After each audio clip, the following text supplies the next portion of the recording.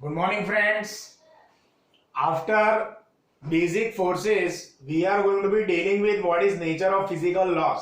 मतलब what is physics के laws. So there are basically main four laws. अब सबसे पहले तो हमारे दिमाग में क्वेश्चन ये आएगा कि भाई why laws are required? laws का जरूरत क्यों पड़ा? तो एक सीधा सिंपल लॉजिक है कि साइंटिस्टों ने इतनी ज्यादा खोज करी कि इतने फोर्सेस हो सकते हैं यूनिवर्स की, इतने ज्यादा there are so many different kind of laws, और वो कैसे यूनिवर्स के डिफरेंट फैक्ट्स एंड फिगर्स है वो सारी चीजों के एक टेबल बनाया। नाउ उन लोगों ने माइक्रोस्कोपिक से लेके मैक्रोस्कोपिक तक का पूरा इन्वेस्टिगेशन किया and then after they are summarise the facts. मतलब ये जो बेसिक चीजें हैं उसके ऊपर कंप्रेस करके हमें कोई बेसिक चार चीजें निकालनी हो, that is what we call physical laws. So that's why laws are required. It is like आप पूरा प्रैक्टिकल एक्सपेंड करते हो स्कूल में, right? But what is the most important thing? Last का observation and your end result. तो similarly universe के अंदर सारे इन्वेंशन हुए, सारे एक्टिविटीज हुई, और what is end result guys? So that is what we call physical laws. तो अब ये फिजिकल लॉज के अंदर there are basically four law. One is a law of conservation of energy, one is a conservation of mass and charge as well, one is a conservation of linear momentum and one is a conservation of angular momentum. तो उसमें मैं आपको conservation of energy के ऊपर लेके जाऊं तो एक सीधा सिंपल हिसाब है कि अब तक हमने फोर्स के बारे में देखा, what forces can do, what gravitational force, what mechanical force, what rigid force, what fluid force, सारे फोर्स क्या क्या हो सकते हैं, उसके क्या क्या इफेक्ट्स है वो हमने देखा। बट वो सारे फोर्सेस को समराइज कैसे करें?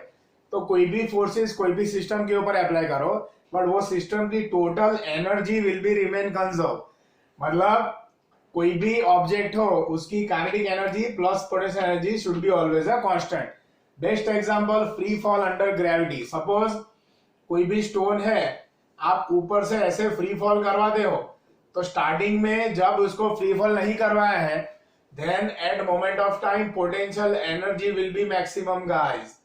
स्टार्टिंग में potential energy will be maximum, जैसे उसको छोड़ देते हो so that he is going to be attain velocity and whenever it is going to be hit the ground, जब ग्राउंड को टच करता है तो वो सारी की सारी पोटेंशियल किस में कन्वर्ट हो जाती है? काइनेटिक में।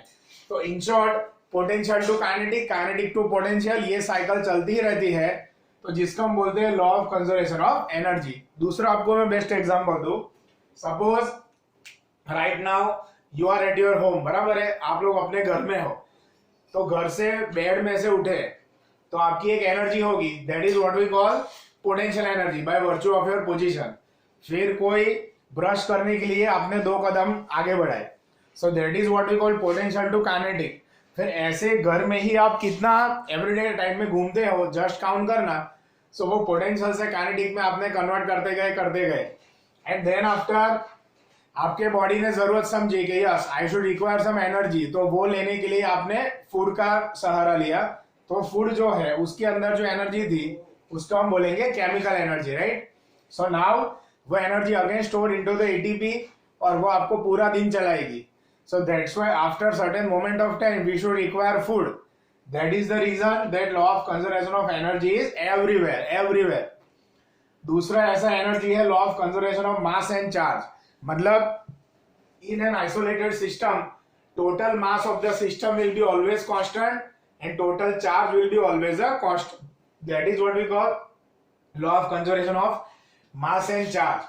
उसके बाद में मोस्ट इंपॉर्टेंट आता है law of conservation of linear momentum. मतलब if there is no external force then total linear momentum of the system remain conserve guys. इसका बेस्ट एग्जांपल हमने 9th स्टैंडर्ड में पढ़ा था।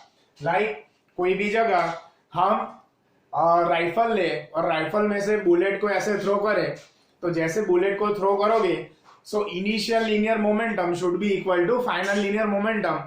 इससे हम नंबर ऑफ बुलेट्स भी काउंट कर सकते हैं कि से फॉर एग्जांपल कोई पर्टिकुलर टारगेट है, उसको आपको हिट करना है तो उसको कितनी बुलेट्स लगेगी। काफी सारे डिटेल में ये फिनोमिना है।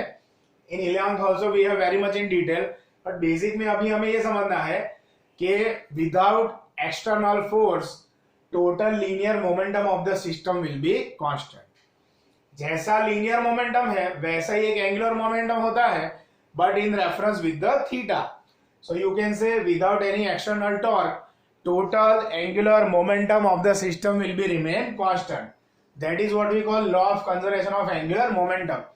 ये सारे के सारे जितने भी लॉज हैं वो सारे के सारे laws are always true after 1 year, after 5 year, 10 year, जब तक यू कैन से मैनकाइंड रहेगी तब तक ये सारे के सारे लॉज काम में आएंगे.